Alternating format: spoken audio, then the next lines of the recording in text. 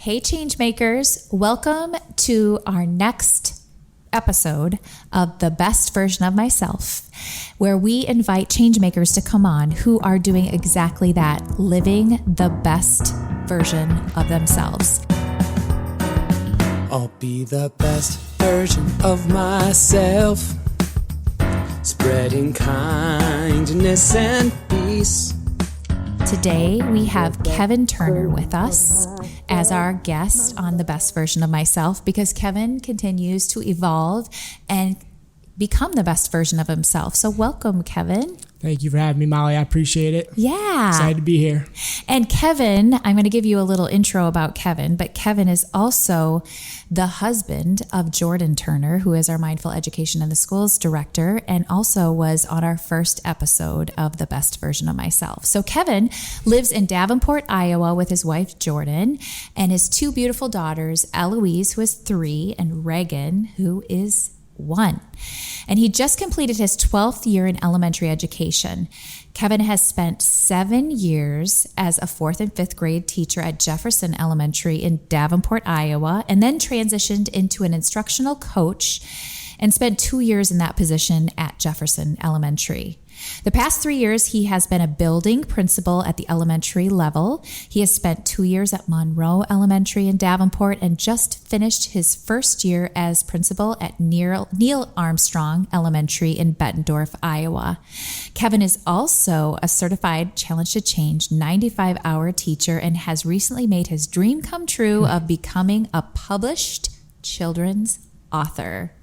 So Kevin, welcome to the podcast. We're so grateful to have you on here to talk all things education, mindfulness, and most importantly, your new release of your book, which has been published through Challenge to Change Incorporated, and it's entitled Empowering Eloise. So let's get right into it. Let's talk about your journey into education. Have you always wanted to be an educator? Like, just tell us your story, Kevin. Okay, well, thank you for having me. I appreciate it a ton and making another dream come true. Let me write a book and be on a podcast the first time. Woo-hoo! So yeah, a lot of firsts. Thanks to you, Molly. But yeah, so my journey, I'm a local Quad City kid. I grew up about 20, 30 minutes from where I live now in Geneseo, Illinois. Really small farm, rural town. And that just kind of was my everything. Then when I went off to college and went to a very, again, small farm, rural type college, had the football dreams and I can relate. Yep, you Small can. College. That's right. And just fell in love with education, elementary education.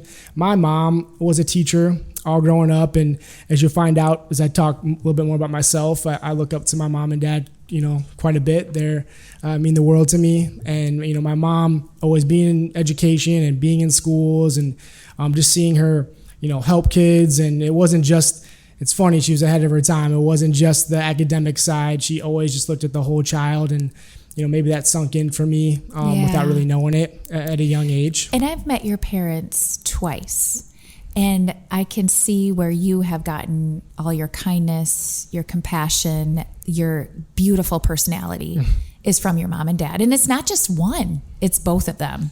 Well, really. They just are genuine, solid people. I appreciate you saying that, and I know that when they're listening, they will too. I wouldn't say it if I didn't mean it. We had an emotional night last night. They're staying in Geneseo, but they're moving from my childhood home. Oh my gosh. And so last night was one of the last nights that we were all together in the house. Oh wow.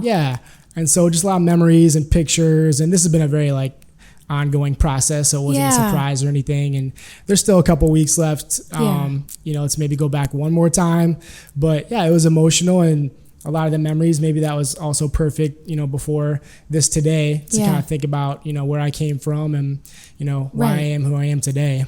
And I there's not a day goes by I don't think about something my mom and dad taught me. And to jump ahead, I got super lucky. I got hired right away out of college to be a teacher. So what was the name of the college you went to? Monmouth College. Monmouth, okay. Yep, in Monmouth, Illinois. Yep. I at Davenport did a early retirement. So many teachers retired that year. That was 2012. Thank you for retiring. It was last second. I think I got hired in July. Jefferson Elementary, I'd never heard of it before. I did my interview. I think in the moment I thought I crushed the interview. And then I think in the end it was like desperation probably. Now being an administrator, knowing how that works. Yeah. Now you're behind the scenes and you get it. Now I get it. It all makes sense to me. But I fell in love with it. I had no idea what I was getting into. I mean, this is a 100% free and reduced building. Yeah. Kids just, all ends of the spectrum, major poverty, probably the most in Davenport. Pretty big building, a lot of kids. At the time, we were pre-K through 5. Eventually, we became pre-K through 6. So tons of turnover, tons of transiency with kids, tons of turnover with teachers. So the ones that were there for, a good amount of years, including Jordan and myself, those are the ones that wanted to be there. And I've got to watch the magic of you being at Jefferson and working with kids like that. Do you feel like that was a big formation of you as an educator and who you are too? Absolutely. Is experiencing it. And it's hard for me to even picture, Monroe and Armstrong are very similar, the next two buildings I worked at. And hard for me to think about being in any other building that isn't, I've always been in a title building. Always been in a building that had a high, free and reduced, poverty population. So, the amount of, low SES, it's you just see it when they walk in the door every day. Right. But what I always say, it is the most rewarding job you can possibly have. Yeah. It's, you're making an impact every day. And I mean, your job does that too. I know, but there is something special about being in it every day and the relationships you form with your students. Yeah. And I miss it, jumping ahead to the, instructional coach. I still got to be, in the classroom a little bit, but, not as much because I was supporting the entire building. And then becoming an administrator, you're just not in the classroom as much. And I miss it. I say it all the time. That's if I need to just get away and have a normal, time, 20, 30 minutes, I'll go to a 4th or 5th grade classroom. That's the grades that I taught. And I have fallen in love with the younger grades too. I knew nothing about kindergarten or 1st or 2nd grade at first, but over the past few years, I've, learned a lot. And now I'm in those rooms quite a bit too. And you're going to have a kindergartner here in a few years too, which I'm sure will be helpful. Yep. Jordan just dropped off Eloise's paperwork for preschool. Oh my gosh. Yeah, I know. I'm trying to put it aside and not think about it, but Eloise will be empowering you to be okay. Yeah, she will. Yeah. Yes, she will. She's gonna be I know she's gonna be just fine. It's gonna be me. Yeah, I know. I feel that same way as I'm getting ready to send my kids off to college. Like it's the other end of the spectrum, and it's lots of tears. No, I bet that's gonna be tough too. That's coming up soon, right? Yeah, it is. It is. I hardly can talk about it without crying. Yeah. So yeah, okay. Off camera. Okay, we'll talk about it off camera. So instructional coach, and then you went to get your master's degree during that time, right?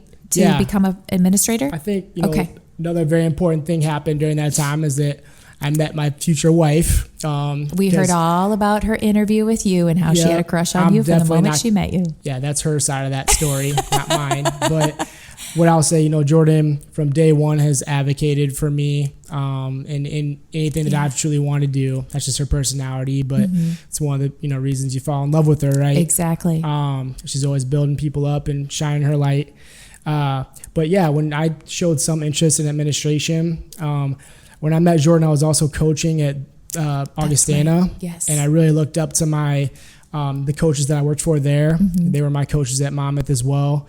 And, the conversations came up about, do I want to be a college coach or a college teacher or professor or maybe an athletic director? I got along really well with the athletic director there at Augustana. And so we just, decided I kind of put it off for a while, and then we just thought the time was right. So went back to school and, got my admin. And again, I got super lucky. Even with the pandemic, that didn't slow me down too much because nope, it didn't. Got to be acting principal for one of my mentors at Jefferson, Cami Montoya. She gave me I owe her everything for giving me that opportunity, and that led to my first principal job. Yeah, amazing. And then Monroe eventually closed due to downsizing of school buildings in Davenport. And you just floated right over to Bettendorf, which is amazing. Yeah. I mean, so many people are not that lucky, but that just also is a true testament to how people see that light in you, Kevin. Well, thank you for saying that. Yeah. Super lucky. And I think also on the flip side, sometimes, everything happens for a reason. I think that it was time for a change. And I will always say I owe the Davenport Community School District everything. I learned everything there. And I think maybe that's, again, part of it. I think I've been able to share a lot just in my short time in Bettendorf. And I'm going to continue to do that, as the years go on. As long as I get to stay. Hopefully I do. I think you've got a future if you want it, right? They're lucky to have you. Hope so. Yeah. Yeah, thanks.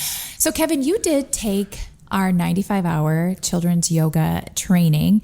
So let's talk about the incorporation of yoga and mindfulness into school buildings, because you are a change maker in that way for sure. You have been an advocate for our program since the beginning, and that just has always meant the world to me. So our mindful education has been in 2 buildings that you were a principal in, and also Jefferson, where you were an educator at. So the 2 buildings you were a principal at were Monroe Elementary and Neil Armstrong. Our program is there as well. Can you share with us your experiences of the program and the effects that you found that it did have on your students? Yeah, and again, I was lucky to see it just kind of in the pilot phase when Jordan was... That's right, you were that pilot in Davenport, yeah. Yeah, and when Jordan switched over to do more of a special schedule to be able to incorporate Challenge to Change a little bit more consistently. I got to be a part of that and see it grow from that viewpoint, and it was incredible. I think the game changer that year was I knew it was working, as supplemental when she would kind of just pick and choose the groups she'd work with, whether it was kids from my 4th or 5th grade class who definitely needed it, teachers that needed it, or some of her ESL students that she was teaching at the time. When she moved to that special schedule, now we got to see it from kindergarten through 6th grade. Right. It was having a positive effect building wide. And it's funny, being a special schedule, technically that's a teacher prep. So right. The homeroom teacher wouldn't have had to stay. Well, it didn't take long that the homeroom teachers on library days were skipping their prep because they wanted to stay in there and see the lesson Jordan was giving the kids. And it was, that's amazing. All parts of the practice. And, at that point she was, certified and to be able to teach in the schools. And and that was just kind of the launching point. And, it's to this day, how many years ago is that now? Now it's in every building in Davenport, many area schools, and, very, very happy. And even before I got to Bettendorf, it was in some of the schools, right. And, now it's in, 4 of the 5 elementaries. And, we had the live face-to-face this past year, and then we're going to kind of move to the new Changemaker program this upcoming year. And it's just, it's so much and if you're someone that's going to do the 95-hour yourself and get that certification, you find out pretty quick that it's for you first. Right. That's so important. So many teachers right away, when you go to a training like that, you want it to be, okay, how can I implement this in my classroom right away? How can I help this student, and this student? And I was guilty of thinking that way. And I remember they just, that first week, because I think my first week was actually, because it was still COVID, we were online. And then every weekend after that, it was live. Okay. Yeah. But it was just kind of voiced to us that you got to make it about you first, because you're the one that's giving all the things. Right. You cannot, I still say it in probably every email that I send to my staff, that you can't pour from an empty cup. That's right. And these skills, these strategies, it's not just for the kids, it's for the adults too. And you guys have just come such a long way with all the things you're doing with mindful education and all the things that you're doing with KCG. Yeah. It's just, it's been very cool from my point of view, to see it grow, because it was already, very big, but now it's just all the different things that you can add to it, that you have added to it, for the adults, I think is critical. Yeah. It's never been harder to be a teacher. You're right. You're so right. Yeah. And COVID really catapulted that and put that in a fast forward. Mm-hmm. And you're right. You can't pour from an empty cup. Mm-hmm. You cannot. You have to make sure that your cup is full before you give to others. And oftentimes teachers, they don't forget that. They just are not able to be aware of it because of the capacity that they have. So Right. I'm so glad that you remind your teachers of that every day. I think it's, it's so easy to say the words, and I'm still trying to learn, what else can we do, right? I say the words, but I need to model it, and then I think bringing in this Changemaker program, I think that's going to help, teach the adults, how to, model it for one another, Right. And I think they, as far as the parts of practice, I think the buildings that have had it, for the lessons, there's a pretty good understanding there. But now it's for my personal, right, well-being, how can I be the best me? Because that's going to make me the best teacher, administrator, Right. custodian, para, whoever your role is. Because I said it's never been hard to be a teacher. It's also never been hard to be a student. That's true. Oh my Yeah. gosh, Kevin, that's so true. Yeah. So true. Mm. So I feel like you might have answered this a little bit, but what piece of advice would you have for other administrators or other building principals who are looking into mindful education programs as bringing it in to be part of what they do, what their climate and culture is in their building? What advice would you have for them? Yeah, for any principals that are listening, I would say take the meeting. Because Take the meeting, okay. Take the meeting Number with one. Molly or Jordan Yeah. or Allegra, or whoever else does those. Yeah. Just because that's usually all it takes from the principals that I know that have worked with you guys before. Oh, thanks, Kevin. I say to you guys all the time, you're the experts in the room. Nobody knows any different. And I think that, you guys always sell it from what's best for kids, and you always connect it back because you know what's going on in elementary schools right now. It's not this, obscure way outside the box thing that no one's ever heard of. You've connected it, you've built it to kind of be integrated into what our kids need while, following, so teachers can still do what they're supposed to do. It's just going to help them do it better, and it's going to help our kids be more successful. So, and I'm not one of those people that can sell it very well, but you three and everybody else that gets to go to those type of meetings, I would recommend just sitting down, at least listening, and that's usually all it will take. I love that. Take the meeting. Take the meeting. You won't regret it. All I wrote for that question. Take the meeting. Okay, because it is your time is so precious as a building principal. So that's probably the best piece of advice people could take from that. So you have always, I'm going to switch gears a little bit here, Kevin, because your work as a building principal and as an educator is so important and imperative.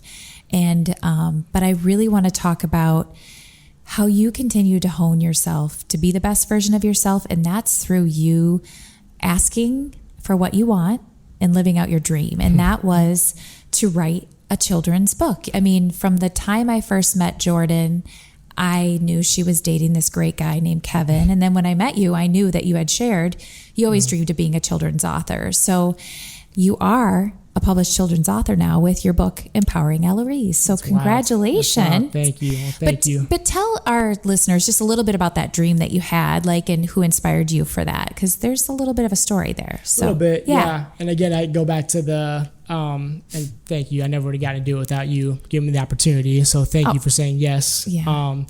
But yeah, being home the other night, with my mom and dad moving, we were just finding not just pictures, but old projects and, things from school. And, one of the things was a writing project that I had done. And, my brother, who I look up to very much, he's 4 years older than me. He still lives in Geneseo. He's just I always knew that was going to be a thing for you. And he knew I kind of gotten away from the writing, as far as a hobby or something that I was doing. But he just, he was very complimentary of the fact that, I'm at this point now. He's just, and that meant a lot to me that when he said that last night that, he said he always thought that was going to happen. But yeah, I've always really liked it. The one piece I want to talk about, I was kind of reflecting today and maybe again last night kind of brought it all up, all the feels, but something about poetry too, I've always really liked and connected with. And as I was reflecting, I know there was a 5th grade assignment where we had to write a poem, and mine was about basketball, of course, or something, some sport. That's all I cared about was sports, And that got put in not a published thing, but like it got selected Something to be important like at an that time. excerpt. Yeah. And so that was cool because I think I was one of the only ones in my class that got that. Jump ahead to a different phase in life. For a project in middle school, I read a biography about Larry Bird, again, sports, and I could present that information any way I wanted to. So I rewrote the lyrics to Big Papa by Notorious B.I.G. Oh my gosh. So it was the beat without the lyrics, and I created my own lyrics for that song about Larry Bird's life. Oh my gosh. So we reflected on that last night too. Can you do that right now for all the listeners? I knew you were going to ask me to do that. off camera, we'll do that. I'll do that for you. Some night I'm going to get you to do that. That's usually how it goes. Yes. Yep. People that know that about me. And then kind of jump even further ahead. There was a year that for like a staff gift, I rewrote all the words to 'Twas the Night Before Christmas. And it was all about, I think I just titled it 'Twas the Night Before Christmas Break. And I read it to the staff because I like incorporated every single person's name into the poem. Oh my gosh. Yeah. So it's something I've always enjoyed, and I kind of got away from it just because life, and I jokingly say it, but I'm also somewhat serious too. It's, when you're a teacher, you get to kind of hone your creativity, and that's how you engage kids, and that's how you get to, kind of fuel that every day. Since getting into administration, that's, just having the time to be creative. Right. I always say that, in meetings, when we're trying to come up with ideas, I always say, I used to be so much more creative. I know I was at some point, Right. But, this opportunity, and this was a process, as writing this book, and, it's something that I really wanted to do, kind of knew what I wanted it to be. I definitely wanted to, have Eloise be in it. Right. And I think when the process started, there was no Reagan at all when the whole process started. But so our next book is about Reagan. That'll be the next one. Yeah. Yep. Great point. It was a process, and I never even been through, that type, with the publishing team and meeting with you guys and, taking the feedback, which was great. I mean, I learned a lot from that process too, that, I've kind of taken in some other, team meetings, because you guys I appreciated the feedback, and it was a team effort. I don't want to say I'm lucky that my name gets to be on it, but this was a team effort, most definitely. So, and the book is going to be in we don't call it our year 6 curriculum anymore, but it's the 6th version of a curriculum we've written, but it's our resiliency curriculum. Yeah. And it's about Eloise empowering herself. Can you tell us a little bit about the storyline of it? But don't give away the readers everything. I won't give it all away. No. Yeah, it's I kind of, the format, we read a book every single night with Eloise before bedtime, and there was a couple, of our favorites that we kind of took from a little bit as far as just the format. And I before I even go any further to this process, Charlotte and her illustrations. I know. Shout out to Charlotte. She's just incredible. I cannot say enough about her. She's more mature than me. And she's like 15 years younger than me, maybe more. Isn't it amazing, their wisdom Yes. I mean, is she 21 yet? I don't even know if she's 21, but Charlotte Harwood, our illustrator of a lot of our children's books. Yeah. Shout out to her. She's been great to work with, and very patient with me, understanding of my busy schedule. But she's seeing it come to life as just because this whole time in writing it, you kind of visualize what you want it to look like. But she's just done an amazing job, so I want to make sure I said that. Yeah. But it's all about just this little girl. She's just starting 3rd grade, and she's, again, some of the roots come from all that I know. She loves her mom and dad, and that's mentioned right away. Of course she does. But she's also like any kid in 2024. She has some internal things that, help her, kind of hurt her at times, as far as, almost a power struggle, right? And it's, it's when you're at home, it's easy to have the control, but then when you go to a new school, so she's starting a new school within the book, and she goes, and all of a sudden there's a lot of things that are out of her control. Right. She doesn't get to pick where she's sitting. She doesn't get to pick her partner. And, when that's taken away, that kind of heightens our kids that have trauma, and our kids that kind of have these high ACEs scores. And, that's a thing that, the whole focus of the story is you kind of find out from going to class, going to recess, going to lunch, that it kind of unravels some of these things inside of her that help kind of show that she needs this empowerment to be successful. And she has it inside of her the entire time. It's just what tools can she use to bring it out in herself. So really the first half of the book is all about, her first day at school and how hard it is. And we really try to focus on, some of the things, the characteristics, the traits of our kids that struggle with these type of things, these ACEs scores, these trauma, different types of trauma within the book. And that's where the team effort was incredible to come up with that, because, that was not me at first. But I think I love that we went that direction, because now it connects so much to, what we're going to ask of our teachers to teach in schools when they're reading this book and doing these parts of the practice. So you get to the middle of the story. She goes home. She's, upset, not being herself. And her mom is a teacher I don't think I say challenge to changing it, but a yoga and mindfulness teacher. And her mom teaches her positive affirmations.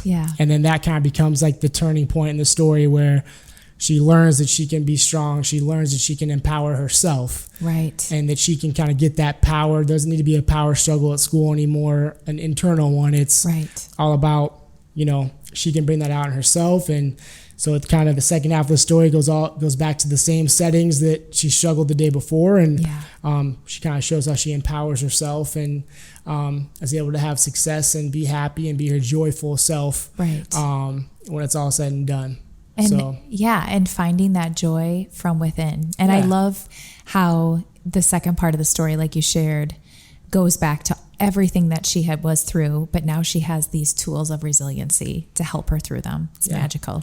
I think, at times too, and obviously that can be for any child, single parent, no parents, high ACEs score, no ACE score at all. It's, secondary trauma is a real thing. Just being in schools right now can be traumatic. I think that it kind of meets the needs for all. And I like that we had her be in third grade, because it's kind of right in the middle. So I think that our real littles would understand for the most part, and definitely our, third, fourth, fifth, sixth graders will be able to relate to it as well. And using that appropriate language so it hits, that middle level, so you can have kindergartners who understand and capture, all the way up to, I always say, adults love children's books read to them too. So I remember in college, my favorite class in college was children's literature. Children's Lit's the best one. Yeah, I know, isn't it? Yes. You took it too. Yeah, yes. Of course. I got to miss spring football practice for that class, and it was awesome. Well, it's where you really fall in love with children's literature. And that was probably one of the places where I was like, I someday want to write a children's book as well. And really honing that dream. I didn't know what it was going to be about, because I always had a passion for writing. And that's why I was like, when I heard you wanted to write a children's book, I'm like, this has got to happen. This needs to happen. Kevin Turner needs to write a children's book. I mean, again, I've been inspired by a lot of great authors, including yourself. So, Sadie Loves Yoga. I don't know how many times I've either read it or heard it myself. Me too. I don't even need the book anymore to read it, because we read it in so many kids' lessons. But the Sadie Loves Yoga lesson is getting adapted. There's a new book I wrote this summer for it, and that teaches the kids the 5 parts of practice. So it's all about me teaching the kids the 5 parts of practice and then incorporating it. So it teaches them where they could just pick up the book and do a yoga lesson by themselves. Wow. Yeah. So tomorrow we're doing some filming for it. So I hope it goes as well as it does in my head, Kevin. That's all. I did not know that. Usually I kind of know what's going on with Challenge to Change. So that probably because I took that one out of Jordan's hands. And so she's like, I don't know what's going to happen tomorrow, but very cool. We'll see. Be excited to see that one. That was a great idea. Yeah. So we were just thinking that, Sadie Loves Yoga serves so much purpose for so many times. And that's our first published book, A Challenge to Change, for those of you that don't know that. But, we wanted to bring in more than just yoga into that first lesson. We wanted to bring in mindful education and bring in that language too, because that is a bigger part. It's more than just the physical yoga practice. It's the 5 parts of practice, like you talked about. Okay, so Kevin, I have 4 questions that I'm going to ask you, and these are called the core 4. So towards the end of every podcast, and I say end of podcast, but this sometimes takes quite a bit of time to answer these. I ask these core 4 questions. And the first one are, what are your top 3 core values? Now, we, as you mentioned earlier, we do a lot of work on KCG, which is Know, Choose, Give, which is personal empowerment and making yourself a more emotionally intelligent adult. And we believe that begins with your core values. So knowing what those core values are can be honed over time. They can be changed over time. They change, they adapt based on life circumstances. But as you see it right now, what do you see as your top 3 core values? So the first one I'll talk about, if you'd asked me 3 years ago before I was a principal, it probably wouldn't have been in my top 10. Now it's number 1, and that's empathy. Oh, that's wow. That's just That's the cool. type of leader that I like to be. Full transparency. Sometimes that helps me. Sometimes that hurts me. I can see that. And you probably can relate to that Amen. at times too. Yeah. I like to be a service leader. And honestly, it wasn't that long ago that I was doing what my teachers are doing. Yeah. So I always try to see everything through their lens and their viewpoint, and kind of that empathetic leadership style, I think has helped me in the long run more than it's hurt me. Especially over the past few years, I've had to start over in a couple different buildings, and to me that's one of the strongest ways to build relationships. It's to kind of have that empathetic mindset and share with one another about how we've walked. I mean, you and I have done it before, how we've walked in the same shoes and been through some of the same experiences. And I always pick your brain at times about different leadership type things. So, because I always try to take notes from you when I hear you. Oh, Kevin, you're so nice. But you do that. I mean, sometimes it's the school of hard knocks, you know? That's true. Yeah. But you've always had the empathy leadership trait as well. Speaking of the relationships, trust is my other one. I've always said it with, definitely with adults, but especially with our kids that, have these traumatic backgrounds. To me, the best way, teachers always want to know how do you build relationships? What's the best way to build a relationship, or any new principal? How can I build relationships with my staff? They have to trust you. So you have to show, and to me, empathy and trust kind of go hand in hand. If I can share, if I can connect in some way, somehow, and that can kind of ignite that relationship and start to earn that trust and validate that relationship, all of a sudden now it's, it kind of helps that grow. And, the more it grows, the more trust there is, the stronger the relationship, and the more I can ask of a student or a teacher. Yeah. Who wouldn't want to work for you, Kevin? Oh, gosh. I mean, a principal who's 2 of their 3 values, empathy and trust. That's strong character. That's Thanks. A lot. That's very strong character. Thank you. So what's number 3? Number 3, well, you already, mentioned it a little bit, I think, at the beginning, but I've always kind of been grounded in my faith. And I think that, I think for anybody, as time goes on, that can look many different ways. Faithful to God, faithful to my family, faithful to my kids, my job, friends, those strong relationships that, you've worked so hard to build, you can be faithful to those as well. So, that's my 3: empathy, trust, and faith. I love that. Thanks. I mean, you just saying those and knowing you, I feel like I know you pretty well. Mm-hmm. That's you, Kevin. That's you. Yeah. Thanks for sharing that. Yeah, that was a good question. So the next one, you may have gotten a little bit of knowledge from your beautiful wife about. As I've shared with you at Challenge to Change, we have all of our change makers form what's called a noble goal through our work in personal empowerment and emotional intelligence.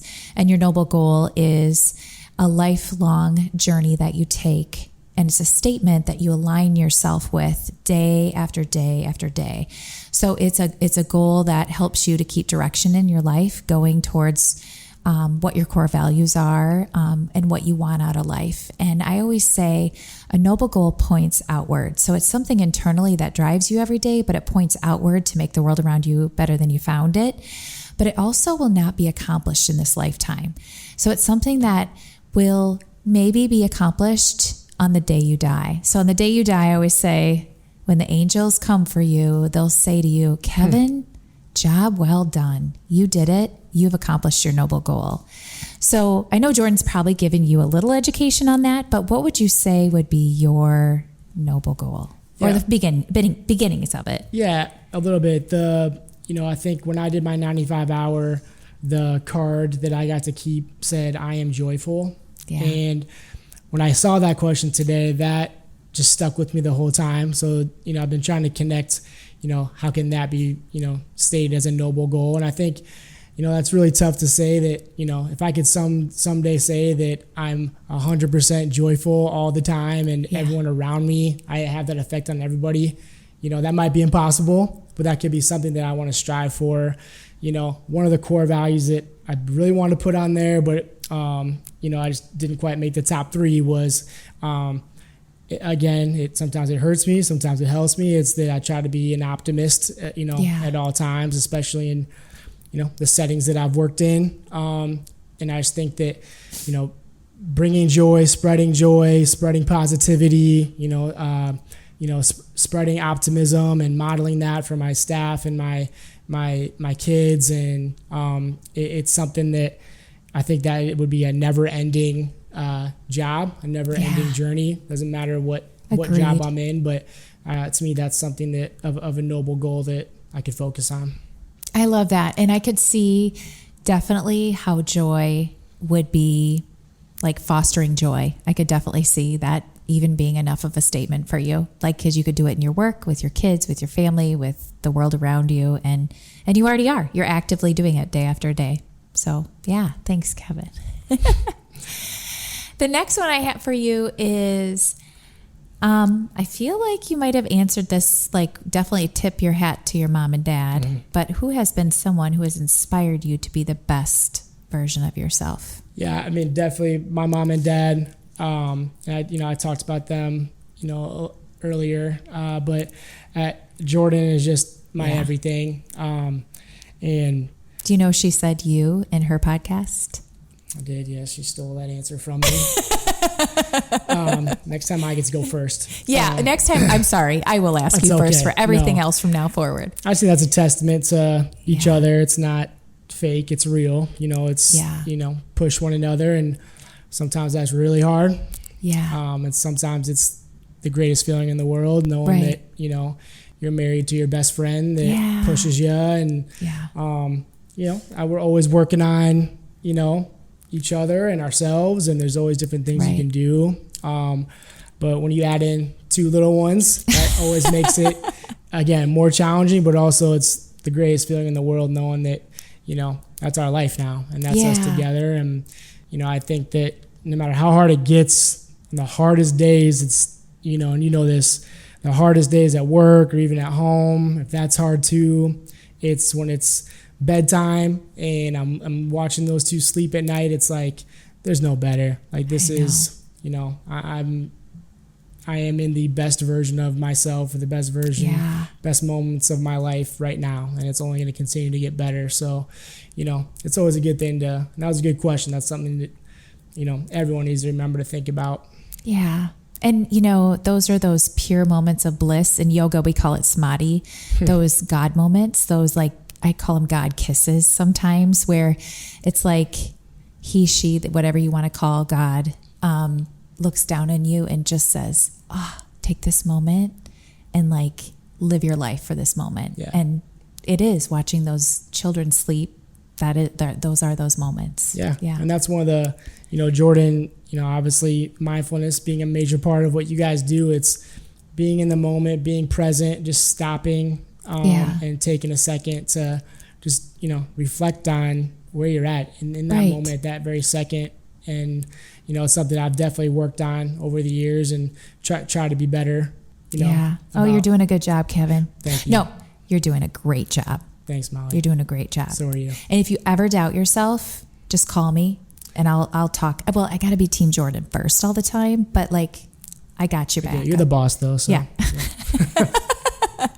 Okay, last question, and the most important one. So this podcast is all about bringing on people who are living the best version of themselves and are continuing to make themselves better. So in all action forward.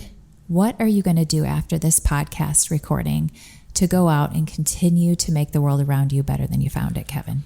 I think, before we started recording, you and I were talking about the trainings that I was at today, and it was all day today and it's all day tomorrow. And it's just this trauma-informed lens, and how can we implement that to, give our kids, of all different abilities, the best opportunity to learn and the best opportunity to be successful. And I always think, and I've said it since I met you and since I met Jordan and started learning about challenge and change, it's that it fits right in with that. Challenge and change does have the trauma-informed lens, and it's also PBIS, and it's also social emotional learning. It fits all the things. So it's, to continue to advocate for, the social emotional learning within my building, my district, and not only, in my professional life, but also my personal life, right? And I think that, to kind of bring it full circle, you gave me this opportunity to write this book. It wasn't for no reason. I also want it to be something special for, Eloise to appreciate and when she gets older. And I think it's even better that, it has a special message too that she can always, carry with her as she grows up too. And start talking to Jordan about where we can make Reagan's book fit in, because we got to make that happen now. I'll start workshopping that. I'm good for one every, 30 some years, I guess. So, well, she'll be 30 and married, and maybe you can do it when you're walking her down the aisle and say, oh, by the way, Reagan, here's the children's book I wrote for you. Yes, 35 years later. Right. Well, thank you for coming on, Kevin. Thank you for being the amazing human you are, and you're going to continue to be and keep spreading that joy. Thank you for having me. Yeah. I'll be the best version of myself, spreading kindness and peace. I'll be the best version of myself.